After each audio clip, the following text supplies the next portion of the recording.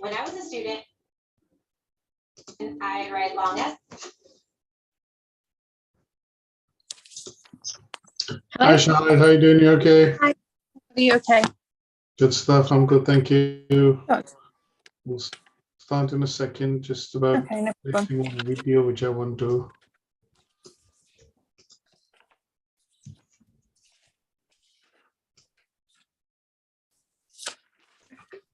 All right. Okay.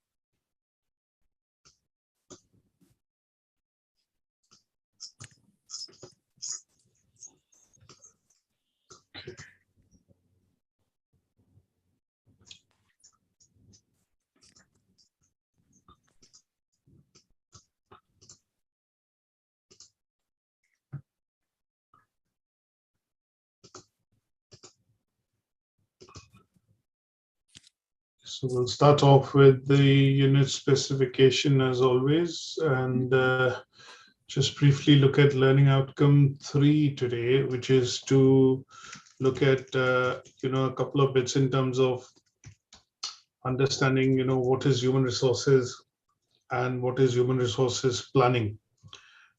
This is what this particular learning outcome is going to be focused on. So let's start off. Let me just quickly do one thing. All right. So today we're going to be discussing, learning outcome 3 in resource management. And here what we're looking at basically covering today would be to discuss, bits about what is human resources management and what is their requirement. So for example, in the last learning outcome, we basically looked at physical resources and the resources requirement from a point of view of being able to ensure that most employees working or staff working within the organization have the adequate resources to be able to perform their job responsibilities to their fullest. So it was about looking at ethical use of resources, sustainable resources. How do we look at reducing wastage? How do we look at monitoring some of the resources which can be provided by HR? Whether it's plant, equipment, machinery, to ensure that adequate requirement and utilization of these resources can be done to obviously fulfill what is called the organizational goals, because resources are finite. Now, in the third learning outcome, we are focused on understanding what is specifically human resource and how do we monitor, control, review performance of human resources. So here there are 3 assessment criteria in the past, wherein one, we need to look at understanding the need for human resources planning. So what is human resources planning as a process, is what we want to understand primarily.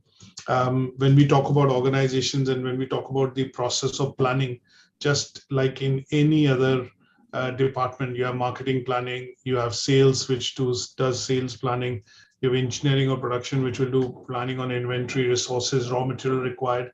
So here, the idea would be to try and understand what is the process through which HR department looks at planning. So here the idea would be to try and plan about human resources. That means number of people it would need to be able to essentially put bums on seats. Sometimes we use that terminology to say that there are enough resources available in terms of manpower, staff, employees, whichever word you use, that they should be able to carry out carry out the responsibilities which have been set by the management.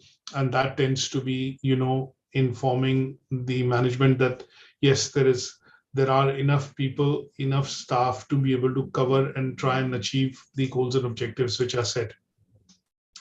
Now, in relation to this, when we talk about human resources planning or HRP as a process that we would say, we would also be looking at understanding. One is that sometimes when HR plans and recruits a lot of people in the company, they are also then responsible for ensuring that the employees are performing. That means they are performing to their utmost capacity and they're actually aiding in the achievement of the organizational goals. Now, sometimes you would see there are surplus resources on the equipment side, infrastructure side. Wastage happens because when we talked about physical resources and the wastage of physical resources, their conservation, sustainability, use of ethically, using the natural resources. Here, we're going to be focused on understanding when companies or organizations, start to see a downturn in the business. If there is a downturn in the economy, if we are entering recession, then in those cases, what tends to happen is that most organizations start shedding people. That means they make people redundant, or they try and reduce the excess flab, as we would call it, which is costing the company in terms of its profit and loss account. So here, we are going to be looking at how does HR ensure that employees who are part and parcel of the organization are essentially then contributing towards the achievement of goals and objectives of the organization, and they are not a burden financially to the organization. So what we need to be looking at is methods that can be used to measure employee performance. So methods which can be used to measure employee performance tend to be, sometimes you've seen that we talk about what is called performance appraisal, which tends to be a very basic but a process or a method through which we evaluate the performance of an employee towards the end of the year and against the objectives or the goals which have been set, and now how they have achieved or what they have achieved or how much they have been able to come close to meeting those objectives. So when we talk about methods of employee performance, we are going to be looking at a few methods which will basically be related to, one, evaluating the performance, things like balanced scorecard. We look at key performance indicators, those kind of bits that we are going to be theoretically just referring to understand that what are these 360-degree feedback performance appraisals. These tend to be certain methods which are employed in organizations by the HR department to look at measuring measuring and monitoring the performance of the employees. You must have seen that on YouTube nowadays when we talk about, sometimes when you're searching a video, you get a lot of this advertisement of Monday.com, or you look at some of the other softwares which are now, from a technological point of view, playing a part in terms of ensuring that we are able to use some of these technological advancements to be able to effectively manage, monitor, and see the live of not live, but see the performance of employees on some sort of a live dashboard. So here, these softwares allow delegation of work, allow completion to be tracked, and in some cases also allow the whole process to be captured in terms of documentation, in terms of how much time did you spend on completing that task, or can then the HR manager or practice managers essentially look at going through some of these stats to see if they can shave off or reduce a bit of time the employees are spending on doing some of these activities, repetitive activities. So when we talk about employee performance and employee performance methods or monitoring methods, then there are lots of tools which are available. And sometimes when we talk about these tools, we'll be looking at tools which could be software tools or technological tools which will allow us to assess the performance of the employees. Now, in some cases, we also talk about the performance of employees through the documented and understood methods of what I've mentioned is say performance appraisals. We talk about management by objective. So we also talk about balanced scorecard. Depending on the organization and the kind of work the individual is looking at doing, or where they are in the organization with regards to their status and the roles and responsibilities they have, there could be different methods which could be used to measure and drive performance within the organization. And this is, I'm referring to performance of the employees. So that would be the second assessment criteria. And the third and the last in the past one would be to try and understand what are reward systems. Now, obviously, we are all motivated by different, let's say we have different reasons of looking at how we do things. And obviously, when we talk about reward systems in HR, the HR is, or human resources side is basically responsible for creating policies, incentive schemes, systems which essentially, reward the employees for their achievement and for the extraordinary performance or the additional amount of work that they've done with regards to, let's say, completing or, helping to complete a task. So when we talk about reward systems, we are going to be looking at, from reward systems from a point of view of HR. And here, the idea would be that how an organization recognizes achievement and how the employees benefit by giving by performing in their jobs, and that would be termed as some sort of a reward which the individual will be getting. So in general, the last learning outcome would be focused on understanding what is reward, how organizations use reward management as a technique to motivate employees and to get the utmost, let's say, performance or utility out of them in terms of completing tasks, aims, objectives, or various goals which have been set. And that would be the essence of understanding how human resources are managed effectively from an HR perspective within the organization. The last assessment criteria is basically about a distinction criteria which talks about evaluating the impact of employee engagement within the organization. So there's a new concept wherein gone are those days wherein obviously let's put it this way, that HR used to only issue contracts and obviously look at doing appraisals at the end of the year. But now the department is tasked with ensuring that they have continuous engagement with staff and colleagues within the organization, because they are seen, when I say they, I mean HR personnel is seen as an integral part of the organization and the team, and they are expected to pick up feelers in terms of, or pick up signs and feelers in terms of what is troubling the employees, or what is, what could be the issues the employees are facing. And obviously they are then looked at, they need to look at proactively solving or resolving those issues so that there are no repercussions for the business or the organization in the short, oblique, long term. If there are poor, say, working conditions, you would generally see staff morale will go down. And in those cases, what at some stage would start to happen is that employees will start leaving the organization because they feel they're not getting adequate, facilities to be able to work.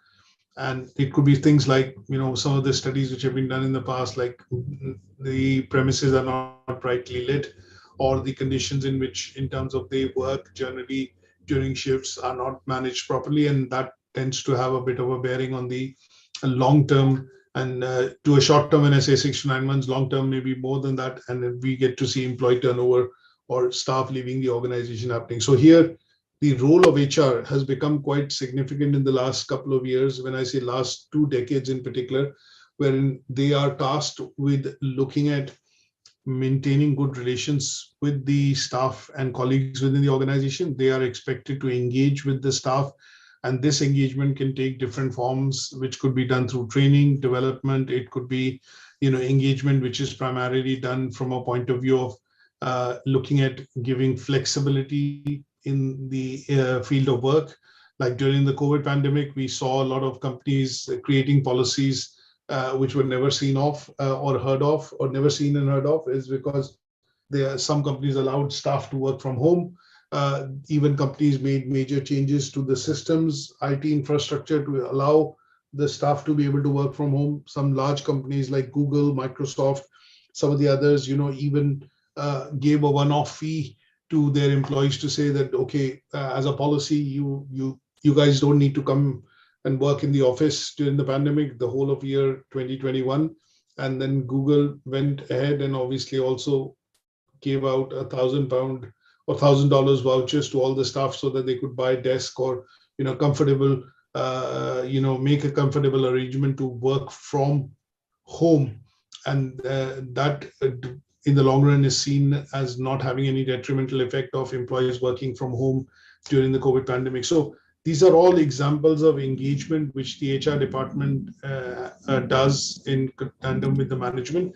And this is what we need to uncover or basically address when we talk about the distinction criteria in terms of evaluation and looking into the impact of how employee engagement in an organization drives motivation, drives loyalty, drives productivity. And in order to do all this, the HR engages with the employees and staff within the organization by looking at training and development, providing a conducive and a good working environment, looking at things like work-life balance, looking at things like flexible working, and obviously sometimes you get to see annual conferences being organized, day outs being organized by the HR department in particular, and these tend to be activities which try and push the engagement of HR in particular with the staff and the employees in the organization. So a good, I would say there is quite a lot that we could cover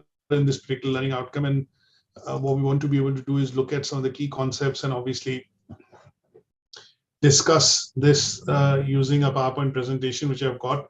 And there's plenty of stuff available because again, this particular learning outcome, as you would have seen, is basically a bit broad-based because it covers one part of HR, which is the HRP side of things, which is human resources planning. And that is what we need to focus on, planning, and then leading to, once the staff is recruited, leading to, looking at monitoring and then looking at performance management. And then towards the end, how does HR engage in general within the organization using different techniques which are very well known. Now, if I have to go into in details, what we are going to do is obviously look at key terminology, and some of the key terminology that I want to look at in terms of terms which basically are quite synonymous with the 3 assessment criteria. I've just put down some very literal bookish definitions of what is resource planning. So if I just generally talk about resource planning, as I mentioned earlier, resource planning is done in all departments within the organization. And it could be different depending on the type of function or the service which that department provides. But in general, a marketing department essentially would do planning on advertising, sales, promotion, and they would be looking at using various vehicles through which they can actually maximize the utilization of the marketing budget. And that maximization aids basically in the organization, the sales team, the business development team, the account team, to be able to achieve targets or hit targets which have been set by the management to bring in revenue. A similar kind of planning would be done on the human resources side. And when we look at this planning, sometimes organizations get into a bit of a strategic aspect of doing this planning to look at how the organization or the business is planning to grow over the next few years. Now, if they say that the business is going to double its turnover or the business is going to open 2 more new offices, then this gives you a hint that in order for these locations and offices to work or the business to double, what the management is also looking at is that they are looking at commensurate expanding into and taking on more manpower, which will be coming in and working not just in these locations, but also looking at, obviously sharing and increasing the output of the organization from a point of view of achieving, different goals and objectives. A simple example that I would say is when you look at, and if you visualize that, say, for example, McDonald's restaurant is supposed to give out a franchise and they're looking at opening a new restaurant in a location. Now, there are lots of things which will happen, but one of the things specifically focused to HR side of things would be that when a franchise is given out, what you're going to see is that one part of the team, one person in that team essentially would be tasked with starting the process of recruitment and selection. And that part would be very clear in terms of the requirement which is being given, that how big the franchise is, maybe covering an area. Normally, if I look at McDonald's and a bit of background that I know, that most McDonald's have a staff strength of anywhere between 16 to 24, and they work during different shifts. And there are different people, including managers and security and janitors and other bits, which basically work within that particular franchise. Now, If a new outlet is being opened under the franchisee model, that means the HR person or one of the persons within the head office team which manages human resources would be given the task of managing this particular responsibility, that the outlet is going to be inaugurated on such and such date, and we need to have trained manpower and people working within that outlet by such and such time. So it will be working backwards, and the person who's responsible for recruitment and selection within that team will actually get into action, and that person will start to look at advertising and a lot of other activities. So just visualize it this way, that if you were to recruit 20 people or 24 people for a particular location, you would start out with creating a job description, marrying some of the responsibilities with the skill set required in the staff which has to be recruited.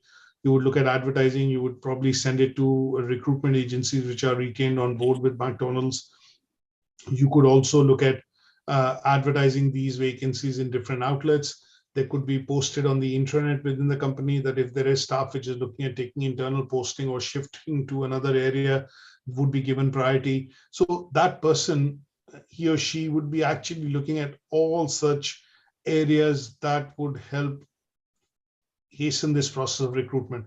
And this particular process that we look at from a point of view of holistic view in terms of planning for human resources, which is to recruit 24 employees for a new franchisee outlet, is going to be the whole process that you can say would be called human resources planning. So here the company or a franchisor is basically looking at hiring employees, and that employee, which need to be hired, need to go through a process, and that process of recruitment, selection, shortlisting, training, and development would essentially happen through the process which the HR manager or the recruiter would apply, and that process is going to be called the HRP. Is that okay? Mm-hmm. Now, the second bit is, once you have people working within the organization, what the HR is tasked with, or your line manager or the department manager is tasked with, is to look at ensuring that you're doing the job that you're recruited to do. You're actually performing in your job. That means if a job is given to you, if a manager delegates a responsibility to you and say, okay, can we get this report, or can we get in touch with this customer, and can we get this closed? Now, at the end of the day, what the manager, the line manager, the department head, or whatever it is, your manager is interested in finding out, have you been able to complete that job or not? And have you completed that job to the kind of desired level it was required to do so? And in those cases, what tends to happen is, over a point in time, if there are people who work within that role, given responsibility, do not fulfill it properly, or always things get left out, or in some cases you would see generally that the manager has to step in to see and basically handhold or basically get the job completed, then in those cases, at some stage, at the back of his or her mind, some sort of a process or thought process is started, which says, okay, I think we need to look at doing a performance appraisal, because the task being given and the work being delivered is not meeting criteria. And in those cases, the monitoring of performance of the employee actually begins to start. And that could be a simple process. It starts off by taking one-on-one feedback. The HR manager might have a bit of a informal chat with you. Your line manager would make you sit down and have a formal chat. Is there something which is troubling you? They might have a one-on-one discussion with you to see, was it something as a blip, or was it something which is an area wherein you need to, they need to identify that gap. And if that gap is identified, they need to put you into a bit of training and development to ensure you're better able to then cope with that pressure and then complete and perform in that job. And this bit, if I lead it on to the systems which mostly are present in all organizations, tend to be 360-degree feedback, which is wherein an organization you work and you're also customer facing. So sometimes even the top management needs to be reviewed by its customers. And when a feedback involves or an appraisal system involves taking feedback from partners, suppliers, customers, members of the team, and also management within the organization, you would generally see this kind of a system to monitor performance or appraisal tends to be what is called a 360-degree feedback system. Then there is something called management by objectives. Now, when I look at senior managers or people high up in the organization, when they are given responsibilities, they are basically managed at the end of the year, or their performance is actually monitored and evaluated at the end of the year or at the end of the term for which it has been given, by looking at whether they have been able to fulfill the objectives, whether the objectives have been met or not. So this concept of MBO was essentially proposed by Peter Drucker, who's a marketing guru in the 1950s. And he introduced this as a concept for the first time, wherein he said that goals have to be tailored to meet the requirements which the employees are required to fulfill.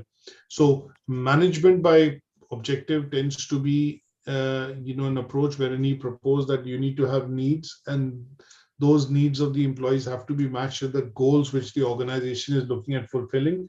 And as long as the needs are fulfilled, you would see the employees managing and obviously completing their goals. And this, as a concept, he proposed, for businesses or fast-paced work environments.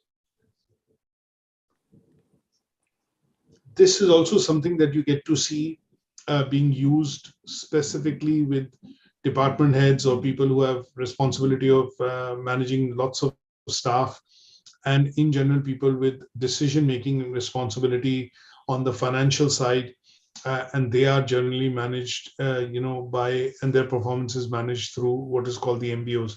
They're given qualitative and quantitative targets to fulfill at the end of the year, and as long as those targets are fulfilled, they also get rewarded. And the reward, which we are going to come to next, the rewards or the reward incentives that they get are commensurate to the amount of work that they help accomplish, or the amount of business or the size of business which they've helped accomplish and get for the company. Now, there are lots of other things. You look at small organizations, you would have checklists, performance appraisals, pretty much there in all organizations, whether it's small business, micro business, small, medium enterprise.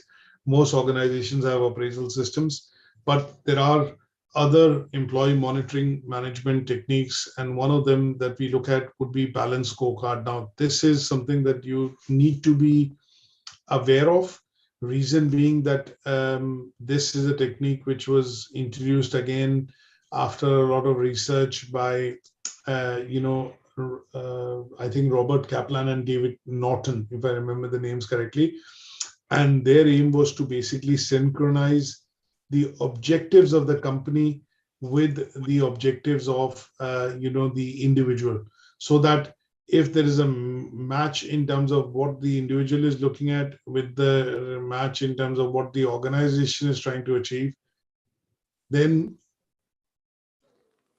they predicted that, this would create an harmonious, environment in which it will be a win-win for the company as well as for the employees and the organization, because the goals and targets are set in accordance with the vision and strategy of the company, and in turn to keep the solutions or the product or the services which the company provides as solutions are meeting the requirements of the customer. So they propose 4. There's a bit of a handout which I'll give you, and I don't want to go through it now, but this basically has 4 blocks in it, wherein it talks about financial gain, learning and growth for the employee, meeting the expectation of the customer, and last but not the least, the company having, or the organization having, the internal business processes to be able to make things happen. And with these 4 pillars, they proposed an approach which basically needs to marry these 4 to be able to drive the organization and the employees to meet the objectives of the organization. The last bit that I would want to quickly mention is reward systems. So when we talk about reward systems, there are lots of different types of reward systems. So when I say reward system, what do you mean by that? Is that sometimes, when we literally talk about things like carrot and stick approach, if you're having a difficulty with the child to get him or to do some bits of work, or maybe some bits for you, then you typically, try and say you need to apply a characteristic approach. And that would essentially mean that you're basically going to dovetail some part of the task in such a way that the engagement with the child happens, and that would allow at the end of it the child to be able to complete the job, and the child would then expect some sort of a reward, and that could be the approach when we say carrot and stick. So similarly, if I have to extrapolate that to an organization, what I would say is that the employees, staff working within an organization expect to be rewarded for the work that they are doing at the end of the day. Now, this bit in terms of salary, basics are that you get a salary, but at the end of the month or at the end of the quarter, if the company is doing quite well and you've achieved or overshot your targets, then you get a bit of commission or you get a bit of bonus. And towards the end of the year, if the organization has hit the target or has exceeded the targets which have been set, say generally in this case as an example of sales, what you would see is that the organization would then basically reward the employee by giving an additional bonus or maybe some sort of a incentive package, which would be seen as a bit of a reward because the employee has helped the organization increase the growth or the turnover of the organization. So rewards are in general benefits which could be given to the employees in lieu of the job performance and the output they do or provide for the organization. And this tends to be related to some sort of an expectation, which could start with the basic salary and then the salary having incentives adding to commissions or bonus. And in some cases, for the top management, the rewards tend to be, we will discuss in a bit more detail in the subsequent slide, they tend to be things like stock option plans. They tend to be, a percentage or a payout in terms of the profit. If you are a product manager and you're tasked with ensuring that the market share is maintained for the company, then the company would give you some additional payout, which is commensurate to what was discussed at the time when the targets were being set. That would be an additional reward that you would get, and that would further motivate you or obviously keep you within the company for a longer duration. So the whole process of looking at managing employees or human resources effectively consists of the three important bits that we are going to discuss today. One is planning, second is monitoring and evaluating the performance, and in order to ensure that the performance is something that the output is, or let me not use the word performance, but let me say the word output, which the HR department is able to get from the employees or staff working within the organization, is partly dependent on the kind of emoluments, when we say circa, or the salary or the incentives which are worked out. In short, rewards which the company would put in place in lieu of the work that you do for the organization, and that would be quite significant and important to help drive this bit further. Is that okay? Mm-hmm. Any questions on this so far? No. All right. So let's briefly look at a particular video of human resource planning. So if we talk about human resource planning, what does human resource planning mean? And how do we look at this as a process? So let's look and listen into a very small video of human resource planning.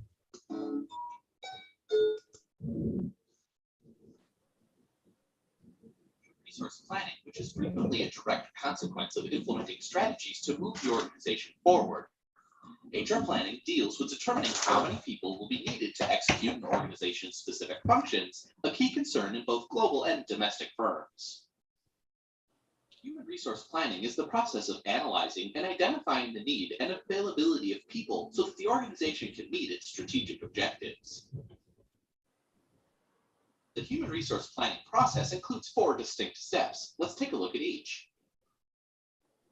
The focus of HR planning is ensuring that the organization has the right number of people with the right capabilities at the right times and in the right places. It's a 4-step planning process that includes reviewing, assessing, forecasting, and taking action on human resource needs. Notice that the process begins with considering the organizational plans and environmental analysis that went into developing strategies. The process includes an environmental analysis to identify the context in which HR is operating.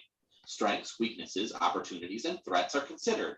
Then the possible available workforce is evaluated by identifying both the internal and external workforce. Once those assessments are complete, forecasts must be developed to determine both the demand and supply of human resources. Management then formulates HR staffing plans and actions needed to address imbalances in both the short and the long term. Particular strategies may be developed to fill vacancies or deal with surplus employees. Finally, HR plans are developed to provide specific direction for the management of HR activities related to recruiting, selecting, and retaining employees. The most telling evidence of successful HR planning is the consistent alignment of the availabilities and capabilities of human resources with the needs of the organization over a considerable period of time. Human capital solutions are also available that enable HR managers to identify how to develop talent to allow the organization to reach its strategic goals. So as you can see, this would lead into maybe some sort of softwares which are available, which will help the HR manager do a bit of planning when it comes to planning for resources. And obviously, if the organization is expanding, then in those cases, this process, wherein the HR department works directly to recruit people within specific functions in the organization, tends to be the process of human resource planning. And this is a bit of a strategic process because taking on employees and making them redundant or taking on employees has a direct bearing on the profit and loss or the balance sheet of the organization. So this process is a bit strategic in nature. It's termed as strategic process because it is being specifically done, or recruitment of new employees is specifically being done in order for the company to meet its strategic objectives. So this process, obviously it mentions a few steps, but this process becomes quite important so that if you are responsible for it, then you are recruiting the right people with the right skills and experience and background to be able to come in and do that job within the organization. Now, with this broad understanding in mind, let's go into some of the assessment criteria. So we have covered the key concepts of human resource planning. We've looked at employee performance and management and why is it important from a point of view of an organization, and also looked at briefly, at least understanding what are reward systems, what could be different types, and why they are important within the organization. Now, one of the first tasks here says assess the need for human resource planning in the workforce. So here, what I want to essentially do is I want to look at the actual process through which HRP in an organization works, and that is where this video comes in handy because it talks about the steps, 4-step process through which HR planning can be done within the organization, and if it is done well, then it can have a direct bearing on the productivity and obviously the employees staying longer in the organization to be able to carry out those activities and responsibilities. Now, in order to understand this, what I've done is I've drawn up a table to basically talk about 3 different businesses, 3 different types of businesses, which allow us to understand what kind of human resource planning would be needed in an organization, depending on the size, the type, or the kind of business the organization actually works in or operates in. So from that aspect, what I want to do is practically cover this particular task. And I've drawn up a bit of a table and I've looked at 3 different businesses. They are not, I've not taken any specific names, but the 3 different businesses in terms of how I've defined them is that one of them is a family run business. It could be a small sole trader or a news agent shop or a small grocery shop that we see around the corner. The second business is an engineering business or a small manufacturing business. And the third business is a labor intensive business wherein we are talking about a call center and there are lots of different employees or people working within the organization because it's a call center. So here people would be working in customer services and obviously they will be looking at making calls or receiving calls, and that is why it is a call center.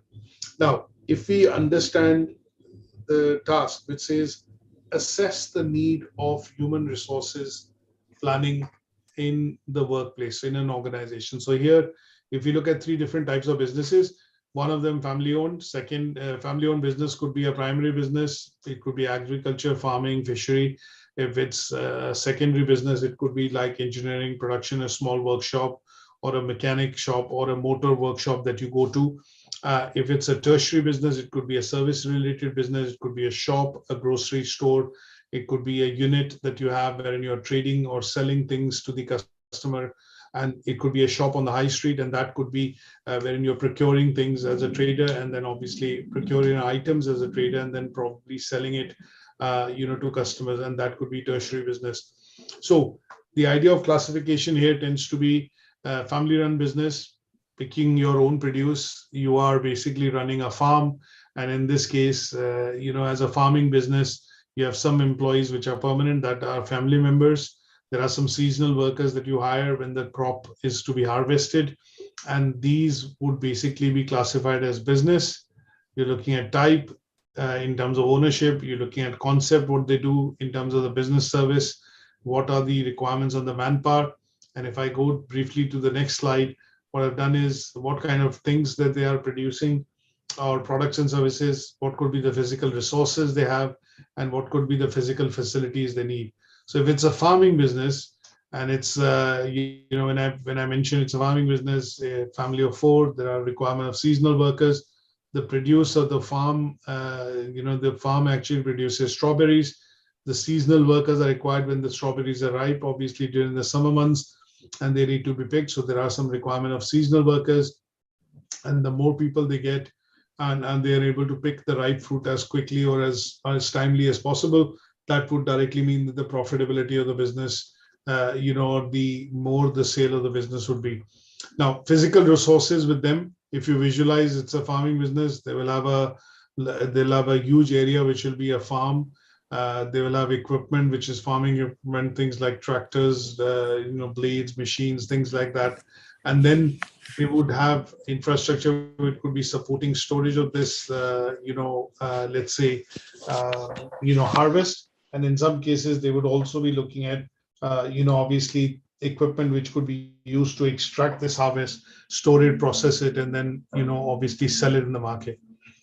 Physical facilities could be things like the farm, the shed, and, obviously, areas that they would need access to be able to when they are working, and they could be termed as physical areas. Now, if I go into the second business, which is an engineering business, maybe in the secondary sector, they have some administrative staff, they have some labor or working staff in the production facilities. And this gives you a very good idea in terms of what the HR manager would need to assess in terms of workforce planning. So if the company is an engineering business and they are looking at expanding, opening another site, or as I gave you an example earlier of McDonald's opening another site or a franchise, they would then start to look at the process of what is called manpower planning. And when we look at call center, so the third business that I've taken there in the tertiary sector is predominantly providing services over the internet or the phone. They work pretty much throughout the year. They have lots of employees, and there also you would see is that there could be a large turnover of employees because people come work in the call center and obviously end up leaving. So there's a lot of recruitment activity which goes around throughout the year in a call center kind of a setup, because people obviously can get fed up and obviously wouldn't want to continue in their jobs. There is a lot of turnover in terms of people coming, joining, leaving the organization, and that is where the HR side of things would be kept quite busy because they're continuously recruiting throughout the year in order to fill seats which have become vacant because there are people which have left the organization. Now, in terms of the assessment that we need to do, we need to understand what kind of workforce planning would the HR manager need to do, assuming if you were running this family-run business, which was a farm, or if you were running a small engineering firm or a business, or if you were running the call center operations as a general manager, what could be the various requirements that you would have on the workforce planning? They have to be, I would say, presented in order for us to understand the importance of human resources planning within a type of an organization. Is that okay? Mhm. Now, some of the things which are going to be key for us to understand that how and what is the process of planning, that would be related to things like one, staff turnover. When I say staff turnover as a term, this means, or it refers to the proportion of employees which leave the organization on a over a period of time. So mostly employee turnover is always measured on a yearly basis or an annually basis. So for example, when I say annual basis, companies have a year from Jan to December. Some companies work from April to March. Some work from June to July, or sorry, July to June. So depending on the duration of the financial year, the number of staff leaving the organization over a set period, whether it's annually or mostly it is annually, would be termed as what is called the employee turnover. Now, if there is a company wherein a lot of staff end up leaving the organization and this is seen as a bit of a frequent process, then it puts a lot of strain on the HR department to be able to keep continuously recruiting people for that particular role. And this leads to, or basically affects the staff morale. Also, means that the organization ends up spending a lot of money on training and development, because every time an employee leaves, they bring on a new employee. That employee would need to be trained, would take time to settle down and start functioning. And assuming a trained employee ends up leaving, that means productivity and efficiency is lost, along with time, effort, and money which the organization is spending in terms of recruiting that person, or obviously looking at filling that particular vacancy. So sometimes we look at staff turnover also from a point of view of, if you look at the financial crisis, the COVID-19 pandemic, we do see that companies also looked at the option of what are called voluntary redundancies. That means they will give employees the option to leave the organization with a bit of a golden handshake. That means add-on incentives or emoluments which the employee would normally get towards the end of their retirement if they were to continue working in the organization.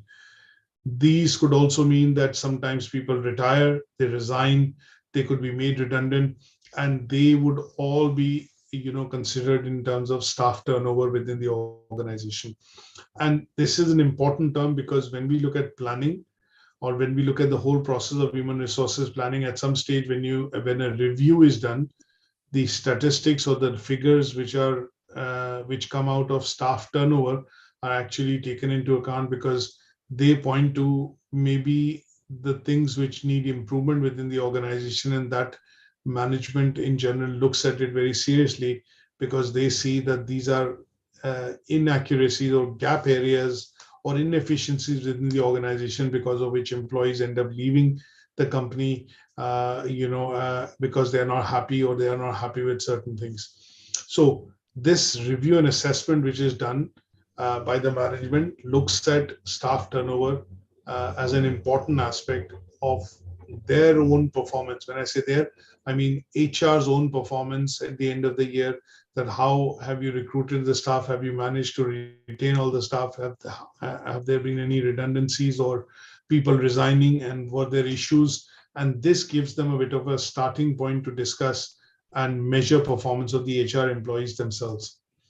Now, one of the other concepts that I want to put forward, which we'll be looking at, would be the bit on HR's use of forecasting. Now, one of the things which we need to know in terms of when we talk about forecasting first, if I just expand this picture to explain, this is a flowchart which basically shows the HR planning process within the organization. The HR planning process is basically recruitment of resources, right people with the right skills coming into work in the various roles within the organization. Now, this as a process can start off with the strategic vision of the organization, or some sort of a business document which the management creates, or I would say strategic plan. This plan is then turned into what is called a more focused plan, focused to human resources management side of things within the organization. So if a company is looking at increasing sales this year or doubling sales this year, that means they're looking at maybe doubling their turnover to 200 million. Example, 100 million was this year, they're looking at doubling it to 200 million. that would mean this turnover would not happen overnight. There will be resources which will be required, or the company would look at increased sales, and that would mean that they would need to produce more goods or whatever it is. Now, with the focus or with the understanding that the sales have to be doubled, the HR side of plan will focus on number of people to be recruited, if at all, what kind of people with skills have to be recruited. And this converting of the company's strategic plan into recruitment plan would be termed as HR plan or HR strategic plan. Now, once the plan is in place, we look at lots of things which will happen. One side of things which will happen is the human resources planning. The planning will then lead to creation of needs. It will lead to finally recruitment of individuals. They will go through a bit of a probation period, things like that. If they find that the person being recruited is good enough, is able to adjust in the job, obviously they look at induction, enrollment, development, training, and after that, a contract is issued. You agree to those terms and conditions of the contract, and at some stage towards the end of the year, you would then go through an appraisal. So in short, this flowchart shows you the HR planning process within the organization. Now, when we talk about this process of planning, how does the HR department know that we need to recruit so many people? They know because there is some bit of forecasting which has been done on a yearly basis, on a biannual basis, or on a 3-yearly basis, or whatever, 12 months, 24 months, or 36 months. And the organization's strategic plan talks about increase in manpower, increase in office, or some sort of resources planning. And that side of resources planning, when it is done primarily for a business perspective, and it looks at projecting the requirement of resources in the future, would be basically the forecasting process.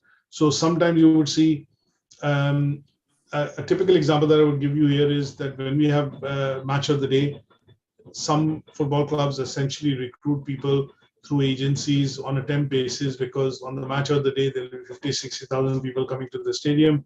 And obviously, in order to manage that crowd and the fans, what they need to do is take on some additional manpower. And that manpower basically tends to be the one which manages this load of the match of the day. Now, in those cases, at some stage, the HR side of things would have projected and forecasted what could be the additional number of people which are required if the stadium is full, and what could be the number of people or volunteers required that they would need to take from the agency if the stadium is half full, or in some cases if it's a European league match happening, and you'll have lots of supporters and people coming in to the stadium to witness the match or to be a part to play, watch the match. So in those cases, the bits that they use basis past data and then project in terms of what would be the number of people or volunteers required for that particular day would be basically the process of HR forecasting. Is that okay? Mm-hmm. Now, let's go to the second assessment criteria when we talk about methods of evaluation of employee performance. Now, this can be done through traditional methods, staff appraisals, 360-degree feedback, checklists and things like that. But nowadays, a lot of softwares are available, and these softwares basically allow companies to be able to manage and monitor the performance of the employees. Now, during COVID pandemic, a lot of companies employed lots of different types of software which they can use, or they were using essentially to monitor employee working from home. There were softwares which were like softwares which used to manage and monitor and take screenshots of laptops every, during some intervals to ensure that the person is actually, doing the job rather than watching a match or watching a movie or things like that. So if we look at how employee performance is monitored and measured, there are two ways through which it can be done: traditional methods and the methods through the technology as a aid to be able to measure and track the performance in terms of how much work is being done, how is it being done, how frequently it is being done. And this is primarily the whole process of monitoring the employee performance. Now, when we talk about the performance management process, this is often linked to some sort of goals within the organization. Now, what could be these goals? The goals could be strategic planning. It could be total compensation, which the employee gets, or in some cases, it could be based even on individual and team development, concepts. So here, when we talk about performance management, reason why you would put this in place is because strategically the workforce needs to be able to achieve certain objectives, and because it is a part of long-term planning of the organization, this is where the HR is always on the lookout to recruit or headhunt staff from other competitors to be able to get staff with the best skill set required to work within the organization. Sometimes when you get staff which have more experience and more skills, then obviously compensation in some cases has to be bespoke and looked at, wherein HR tries to put together packages of compensation. This could be your salary, this could be the benefits, this could be, the bonus or incentives you could get if you hit those targets at the end of the month, and they would be then quantified under what are called the compensation package or the remuneration of the individual in the organization. And last but not the least, sometimes you would also see that organizations, when they recruit people, they look at recruiting someone which is going to be a team player. They do not want somebody to essentially be recruited, which could be, which could basically come and distort or disturb the team in terms of, working together. So in some cases, I would put it this way, that some areas in the business require individual performance more than team performance. And in some cases, you would see the emphasis is on team performance rather than individual performance. Excuse me, because the team, overall team has to be able to achieve the objectives for the organizational objectives to be fulfilled. Now, one of the other things which you would also look at is, if I throw this into the mix, is when we talk about employee monitoring and performance, we also talk about succession planning and the use of technology and systems.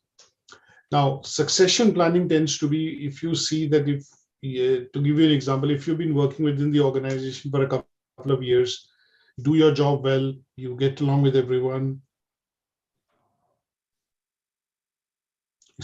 your performance at the end of the year in terms of your appraisal is meeting the expectation, you are getting the usual growth which is happening in the organization.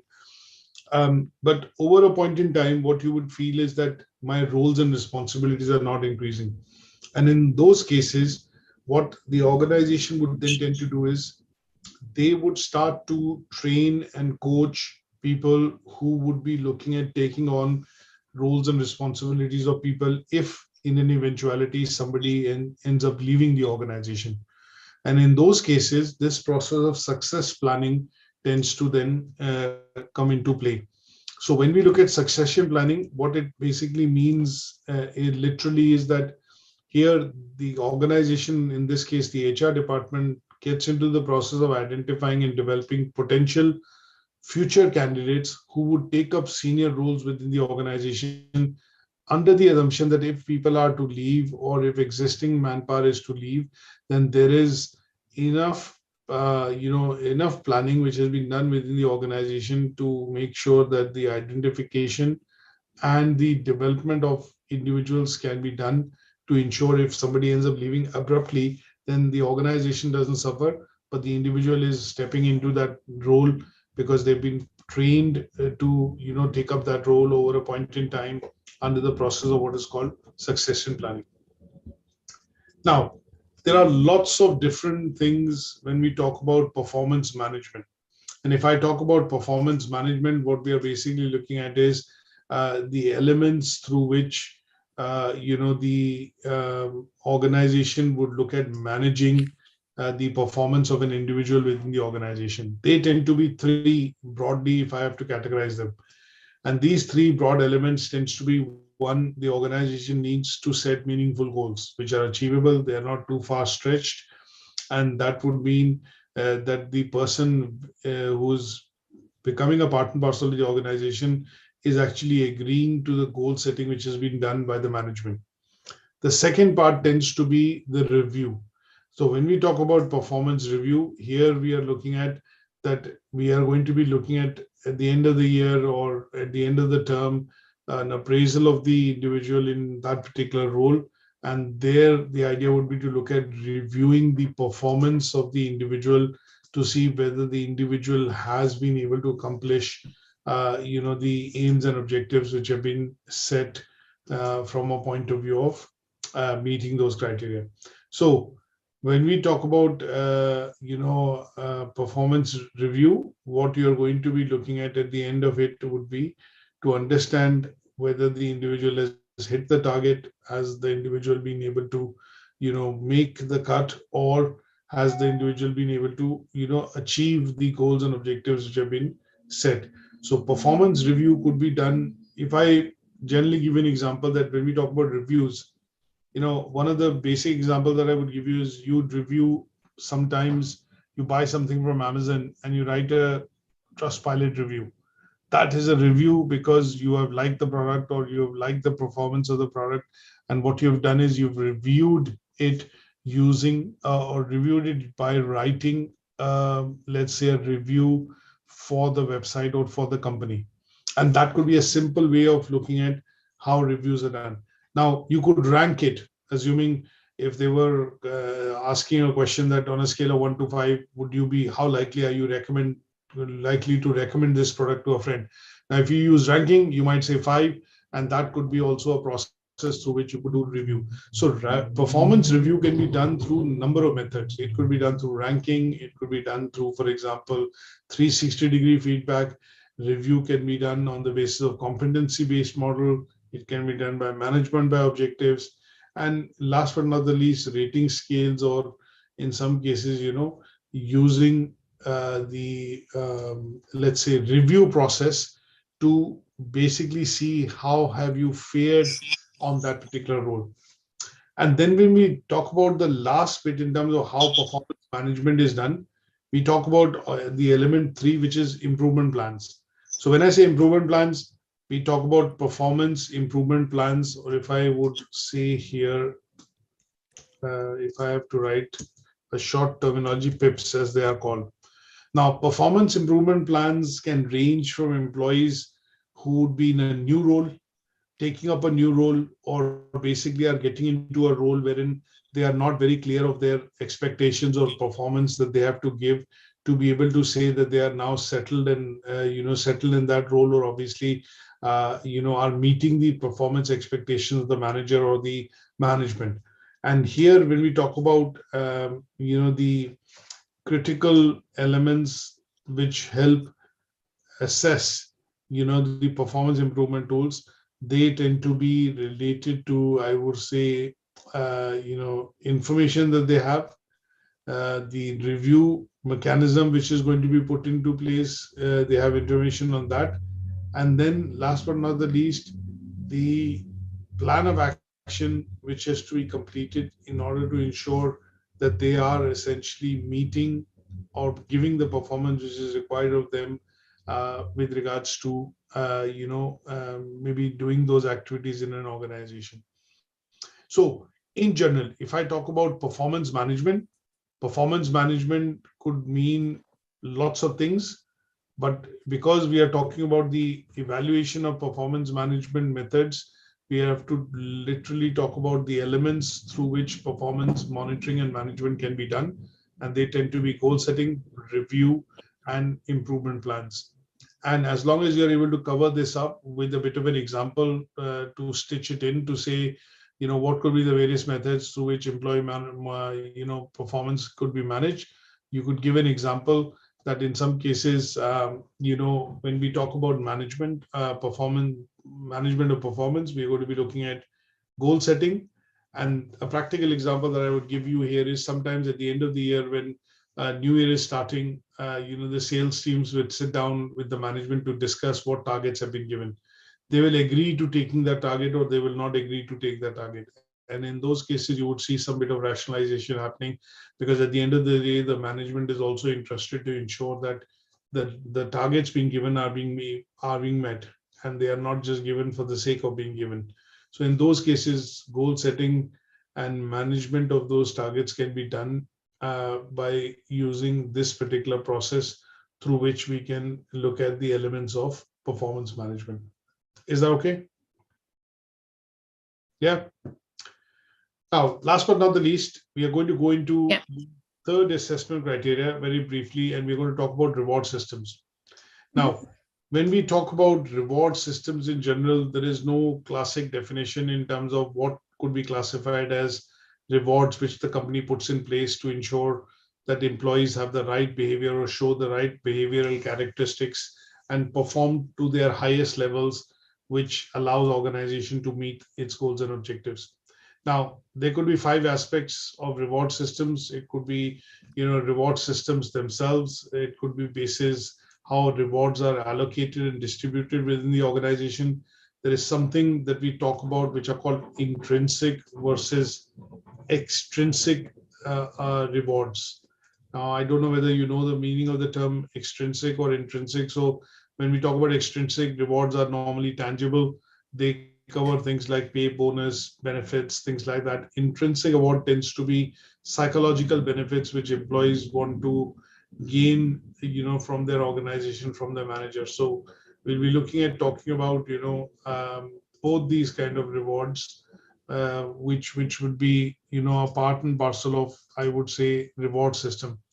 And last but not the least, we also try and look into, a relationship between money and motivation, which employees might have. So sometimes you would see when we talk about Maslow's theory of hierarchy, the 5 different pyramids, sections of the pyramid he talked about. Some employees within the organization might only be looking at psychological needs. Some would be looking at reputational needs. Some would be looking at, additional responsibility, status. Some would be motivated by money. So here, what we are looking at is reward systems can be seen to have a relationship between money and the motivation which the employees enjoys while working within a particular role within the organization. And they all tend to be the different context in which how reward systems can be used by the organization in order to get the highest amount of productivity from employees. Now, one of the other things which I would also mention here is that what do you mean by rewards? Rewards are, rewards could be, what are the rewards that you've seen in your own organization which the employees can get? Any idea? Bonuses. That's correct. So depending on, where you are within your organization in terms of hierarchy, sometimes you would see you would get benefits in terms of, additional holidays. It could be emoluments, which are things like medical health benefits. You might get some rewards, which could be bonuses, incentive schemes. It could be trips or holidays, which the organization could also provide.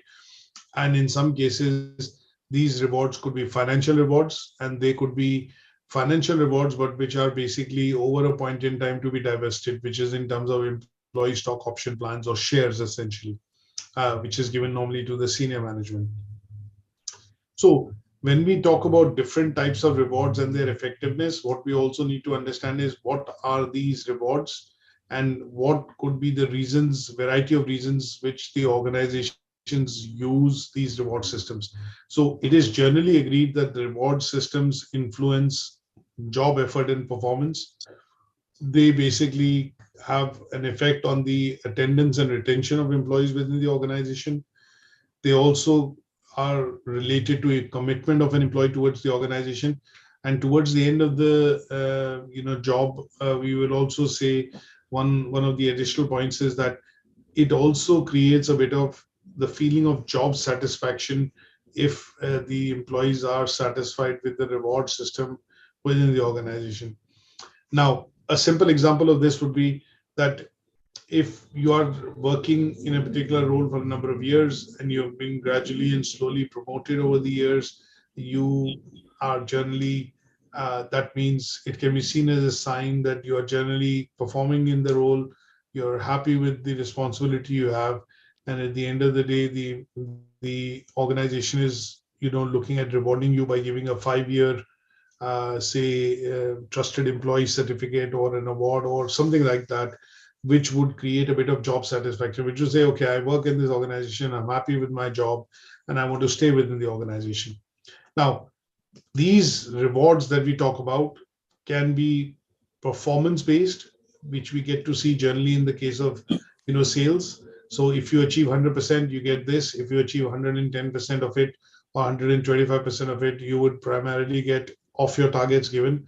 This is what you will get in addition to your job, which is your salary in the job, and obviously the basic requirements to be able to generate that business, things like fuel costs, car, and other perks and emoluments which might be required if the person works in sales or is working in marketing. Bonuses tend to be given to management, which could be one-off, which are, for example, if the company has met targets and the company has made huge amount of profits this year, so everybody is entitled to a bonus, and that tends to be passed on as a bit of a central order or a policy by the management, which allows every individual to receive a bit of a bonus, for the work that they have done in the organization during that year. Rewards could also be promotion. It could also mean more responsibility. It could also mean status. That means it could also mean share options. It could also mean status. Status would mean that you're being promoted to become a general manager, promoted to become a director in the organization. And that would be basically related to your status. That means you're going up in terms of, the promotional ladder within the organization. And these are a few different types of reward systems that organizations put in place to motivate employees in order to ensure that they are able to get the highest amount of productivity or efficiency, or people performing to their highest level from the employees in the organization. Now, last but not the least, why is it important? I would put it this way, that at the end of the day, all businesses are existing because they want to make profit, and because they want to make profit, it is important for the organization to ensure that at the end of the year, when I say organization, it is the HR department, it is in their favor to ensure that the organization achieves the objectives, which means that towards the end of the year, they are responsible for doing the appraisals, and they ensure that if appraisals are done, if targets are met, the employees are motivated, they're looking at continuing within the company, and obviously looking at performing, and obviously, taking up challenges in the new financial year to be able to, drive the objectives further for the business or the organization. But a broad strategy which HR puts in place to look at rewards in particular is to generate and increase motivation of staff, to provide some sort of alignment of the individual goals with the organizational goals, and to create commitment of the employee within the organization. And these tend to be the three most important reasons of why you would see rewards being included as a planning tool by HR within the organization. Mm-hmm. Is that okay? Yeah. Last but not the least, very briefly, we are looking at evaluating the impact of employee engagement. Now, one of the things which I mentioned earlier was, again, when we look at lots of definitions of engagement, we look at the HR department, or when you wear the HR manager's hat, you're responsible for primarily ensuring that there is continuous dialogue between the staff, employees, and the HR or the human resources department of the organization. And this dialogue or the engagement is primarily done to ensure that staff is, is happy, staff is generally, motivated to perform the role, staff is happy in their role, they are able to get the conducive environment and the basic resources to be able to, carry on with their job roles. And in general, you generally want the staff to be motivated and be loyal to the organization so that they continue in that role for years to come. And that would mean that HR department does not need to recruit or find replacements, and there is less staff turnover within the organization. Now, in order to drive engagement, there are lots of different things which the organization does. And driving of engagement can be done through, areas like training and development. It could be done through areas which will include, as I mentioned earlier, providing a flexible environment, ensuring adequate resources are available to staff, and ensuring that the concerns of these staff are listened into, and are, the HR department is all ears to any concern or issues which the staff or the employees face while working within the organization. And in order to drive this specific engagement, what HR does is they look at taking on let's say feedback at regular intervals. They look at doing appraisals or performance reviews, and they also come out with schemes which allow employees to let's say emphasize and openly discuss areas which are of concern or which may cause issues to them while they're working within the organization. So the idea here is to look at taking an example, and then with that example discuss about how employees are treated and engaged within the organization. So when I started the lecture, I gave you an example of Google, and I gave you an example of the COVID-19 pandemic.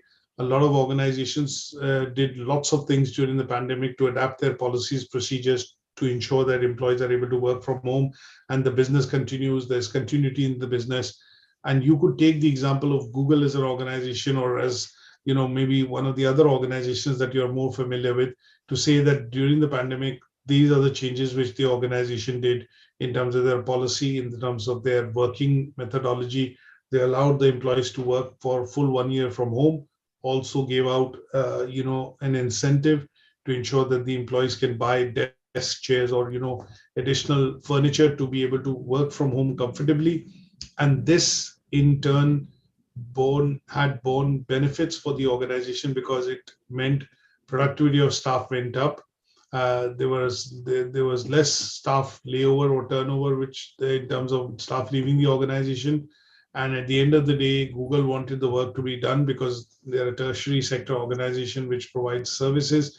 As long as the work was done and it was completed satisfactorily, it was meeting the criteria set by the management, there was no reason for the managerial staff or the people managing those staff to have any reasons to say that, okay, we need to look at issues, or we need to look at improving performance. They were fully engaged. They were fully appreciative of the fact that the challenges the employees faced during the pandemic, and they ensured that the resources and other bits were put into place so that staff could work effectively and not compromise on the productivity side. Now, very briefly, what I want to do is show you two handouts which I'm going to provide. They are Cipd handouts. I would say about a 10-minute read, each of them, which talk about this concept in general and directly relate to the assessment criteria 3D1. So employee engagement and motivation, what are the reasons why engagement with employees is important? And this as an article, as a handout, would give you a good amount of reasons in terms of why HR needs to engage with employees within organization. The second one that I'm going to provide is basically a fact sheet on rewards. What are rewards as per the Chartered Institute of Professional Development? Why rewards are essential, what kind of rewards can be provided, and what rewards are available as tools within the HR armory within an organization. And this is very updated in terms of talking about different rewards which organizations use specifically in the UK. And it's a good read again, because it gives you a good solid understanding on some of the concepts of the task 3.3, which is the effectiveness of reward systems in different contexts within the organization. So these, together with the presentation, will be up on Moodle, and I hope this session has been useful, because it gives you an overall perspective of how do we look at understanding human resources and managing them effectively from an organizational context. Yeah. Is that okay? Yeah, all brilliant. Fab, thanks for that.